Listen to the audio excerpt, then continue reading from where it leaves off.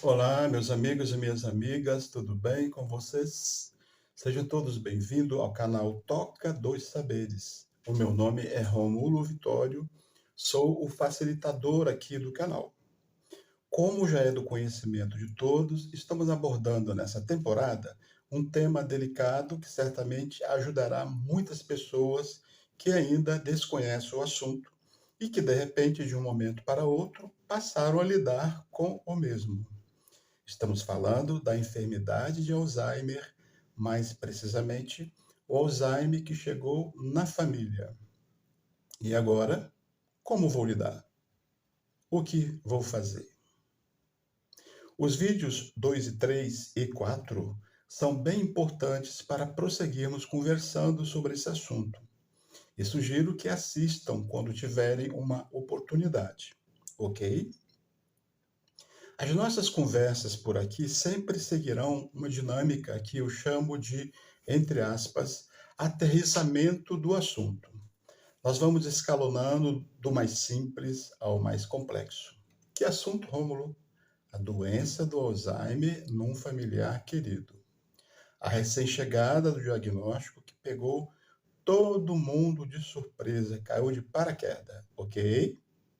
Não posso deixar mais uma vez de ressaltar o seguinte: que as nossas abordagens não têm caráter médico-científicos, ok? Já expliquei por que em vários vídeos. São experiências vividas pessoalmente durante um longo período e que compartilho com o mundo, na esperança de estar ajudando pessoas que, como eu, foram marinheiros de primeira viagem um dia.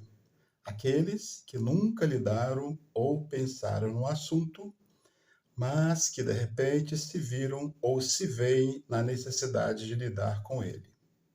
Tá joia? Um familiar querido acabou de ser diagnosticado com a enfermidade de Alzheimer. E agora? Agora tem que se lidar com essa realidade. Já falamos antes, entre outras coisas, da necessidade de se, entre aspas, abraçar o diagnóstico do Alzheimer em família, promovendo reuniões do núcleo familiar, importantíssimo, né? Para se discutir o novo cenário que o grupo precisará lidar dali para frente. Nas nossas falas, reforçamos ainda sobre a necessidade total de já se, entre aspas, distribuir tarefas entre os familiares. E focamos na importância do desenvolvimento de algumas virtudes. Lembram quais eram?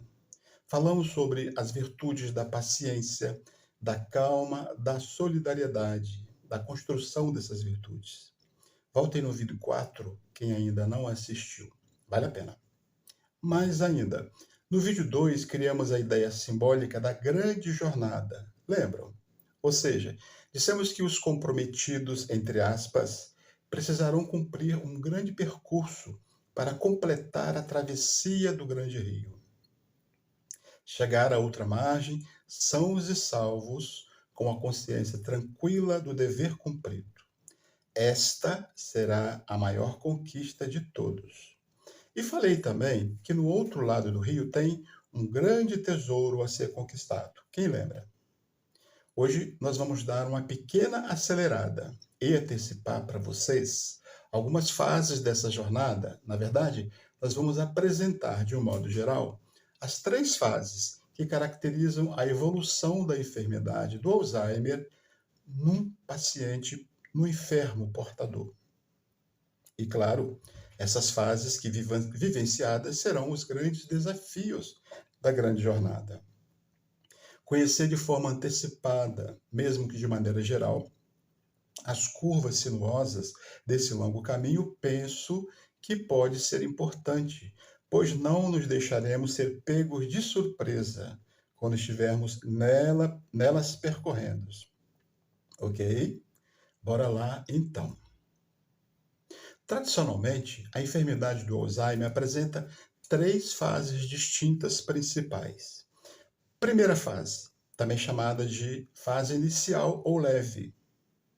Essa fase que chegará, é nessa fase que chegará o diagnóstico do Alzheimer. Nela, o paciente ainda preserva suas autonomias, mas, entre outras coisas, apresenta momentos de deslizes na memória e raciocínio.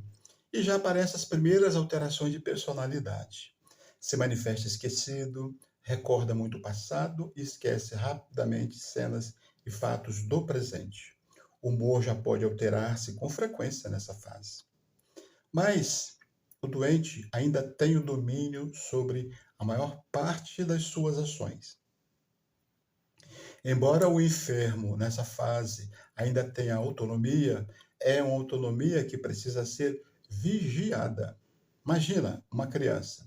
Como é que os pais têm sempre que ficar de olhos pregados nela, não é assim que a gente fala? É a mesma situação, o mesmo modelo. Essa fase não tem tempo definido de duração. Vai depender de uma série de fatores, da própria natureza da pessoa enferma, sua constituição, né, pessoal, dos cuidados que ela vai receber, vai depender do ambiente em que ela habita e das medicações especiais que já passa a usar. E, finalmente, do ritmo da própria enfermidade, que varia de um para outro indivíduo. De modo geral, essa fase é a maior de todas e pode variar de 2 a 8 anos, em média. Fase 2, também chamada de intermediária ou moderada.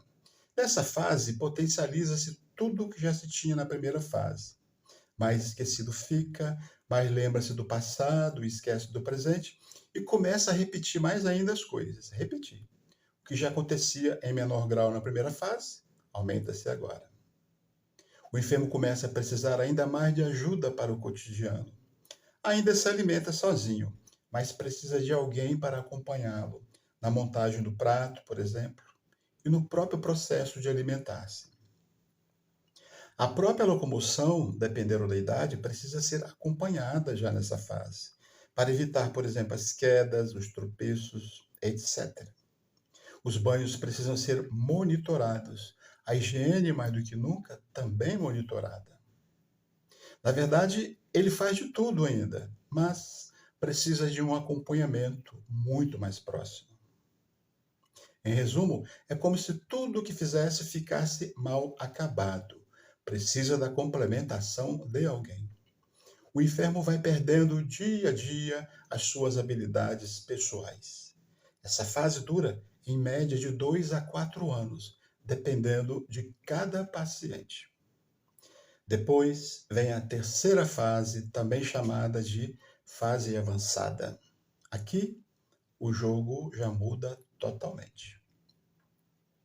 Os sintomas da fase intermediária se intensificarão. Aqui, o familiar ou quem cuida passará a ser o cérebro e as mãos do enfermo. Por quê? Porque o paciente já perde completamente a sua autonomia, que tinha na fase 2, lembra? Normalmente já estará restrito a uma cadeira de rodas ou ao leito. Apresentará todas as dificuldades para se alimentar sozinho, recusa-se a comer, faltam-lhe as coordenações motoras. Nesta fase, a terceira, se o paciente está sendo cuidado em casa, já agora precisará estar em leito especial, possivelmente numa cama modelo hospital, que lhe conferirá mais conforto e mais segurança. Aqui também as dificuldades de comunicação serão imensas. Normalmente, quando muito, expressam monossílabos ou só gemidos para demonstrarem desconfortos. Não reconhece mais os objetos, não conhece e reconhece as pessoas, mesmo os mais queridos. Mas fiquem atentos, porque não é incomum que o reconhecimento pessoal, caso ocorra em algum momento, se dará pelo olhar, principalmente daqueles que cuidam mais diretamente. Aqui, a confusão mental é total. A perda da conexão com a realidade também. As incontinências urinárias chegam, as incontinências fecais também. O uso de fraldas passa a ser obrigatório. E surge mais um momento altamente delicado. A possibilidade do surgimento das úlceras de pressão, muito comum. as conhecidas escaras, provocadas pelo atrito mais permanente com a superfície do colchão. Na fase 3, também as infecções são recorrentes, principalmente as urinárias nas mulheres e mais comumente as pneumonias em homens e em mulheres. Por sinal, de um modo geral, a maioria dos pacientes de Alzheimer vão a óbito por pneumonia. Também nessa fase 3, no período mais avançado, na maioria das vezes, a rigidez muscular se manifesta, levando o paciente a se fixar na posição fetal. A fisioterapia se faz mais do que nunca necessária. Nessa fase acontece mais um agravante. Surge a dificuldade de deglutir, engolir, líquidos e sólidos secos e até alimentos pastosos. Aqui aparecem os engasgues frequentes. Os engasgues, fase delicadíssima. Os engasgues precisam ser evitados ao máximo possível. Mais à frente explico por quê. Nessa fase, ao terem a comida na boca, não sabem mais o que fazer com ela. Não sabem mastigar, consequentemente, não conseguem engolir. Isso mesmo. Esses são momentos muito delicados, porque essa dificuldade no processo de se alimentar leva a quadros de desidratação, desnutrição e, a parte mais grave, leva a estado de pneumonia em função dos engasgues. A partir desse momento, já há necessidade da implantação das chamadas sondas de alimentação. Inicialmente, a sonda chamada nasogástrica, que consiste num tubo que é passado por uma narina e chega até o estômago. É de uso permanente, fica acoplada no paciente, exige todos os cuidados possíveis de higiene e de manejos. A sonda nasogástrica será a estrutura necessária para manter uma alimentação no mínimo satisfatória. Já no segundo momento, essa sonda nasal, a nasogástrica, ela não dará mais conta, por vários motivos que não vale a pena citar aqui agora. E será necessário substituí-la por uma outra sonda, pelo processo chamado de gastrostomia, onde um tubo é passado diretamente através da parte externa na barriga do paciente, chegando até o seu estômago. Essa sonda é fixa e é permanente e acompanhará o paciente durante todo o seu percurso de vida. Nem precisa dizer sobre os cuidados e as necessidades de cuidado que precisa ter nos manejos e na higiene dessa nova sonda com relação à sonda anterior. Vocês vejam, então, que a fase 3 é a fase mais complicada, tanto para o enfermo quanto para quem cuida, para quem está ao redor. Ainda uma coisa muito importante. As implantações dessas sondas mencionadas precisam ser feitas por especialistas, sempre em clínicas e hospitais especializados, principalmente a segunda, onde é usada a gastrostomia, que na verdade é uma pequena cirurgia. Porém, o paciente, se não estiver com outras dificuldades de saúde, poderá ser retornado para casa após os processos de implantação dessas sondas. Aliás, como já falei antes, e volto a repetir e falarei sempre, estar em casa é o mais desejável para ele. A gente parte do princípio de que o enfermo de Alzheimer, em casa, próximo aos seus familiares, sempre estará em melhor nível de bem-estar, se bem cuidado, claro, pois se sentirá acolhido pela família junto aos seus, que foram a sua base de relacionamento por toda a sua vida. Agora, reconhecemos que existem situações em que não há condições nem estrutura para se cuidar de um enfermo de Alzheimer em casa. Motivos esses que cada família precisará identificar, analisar e chegar a uma conclusão e tomar uma decisão. Coloca-se numa casa de repouso? Mantém-se em casa? sob os cuidados da própria família, com a ajuda de auxiliares externos? Sim ou não? Isso são questões individuais, pessoais, que precisam ser discutidas em família. Nunca uma pessoa sozinha, ou duas. Em família.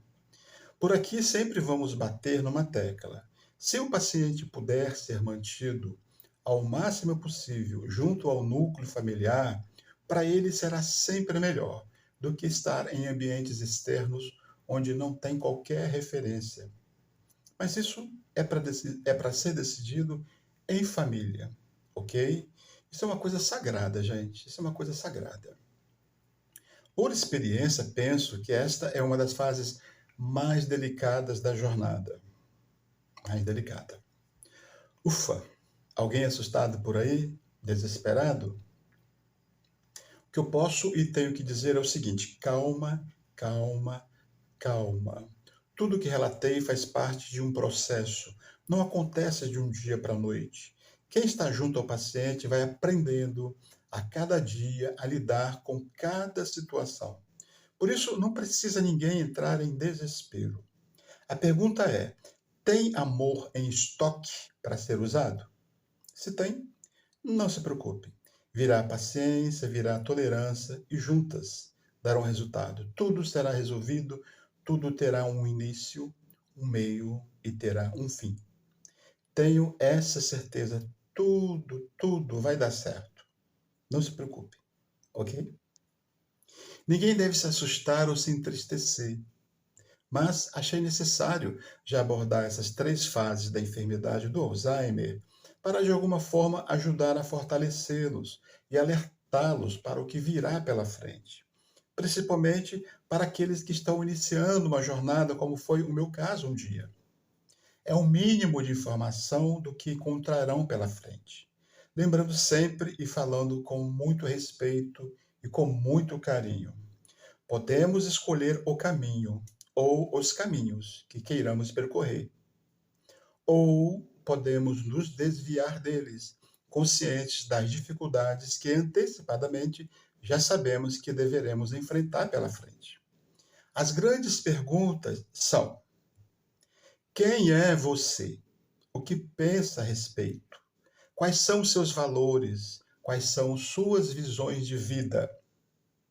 Só você pode responder e responder para você mesmo. Porque essa resposta só diz respeito a você. Cuidar, lidar com a enfermidade do Alzheimer de um familiar querido é certamente um dos maiores desafios na vida de qualquer ser humano. E acho que pode ser uma opção viver intensamente essa experiência ou nos esquivarmos, nos desviarmos dela sob qualquer justificativa. Quem julgará? Só você tem esse direito. Só a sua consciência poderá dar conta desse julgamento. O que posso e adianto para vocês? Se pode cuidar? Cuide. Se pode fazer sacrifícios? Faça. Se deseja e pode apoiar? Apoie. Se deseja e pode acolher? Acolha. Não há tesouro maior na vida do que ter a consciência tranquila com relação ao que entendemos que é nossa obrigação ou nosso dever numa situação como essa. Nós, aqui do canal Toca dos Saberes, somos fortes incentivadores na mensagem de que quem cuidou sempre merece todo carinho e apoio sempre. Merece ser cuidado, merece ser acolhido com ternura e muito apreço. E estaremos aqui para auxiliar, ajudar, talvez orientar em alguns momentos. Mas não podemos ditar normas de condutas.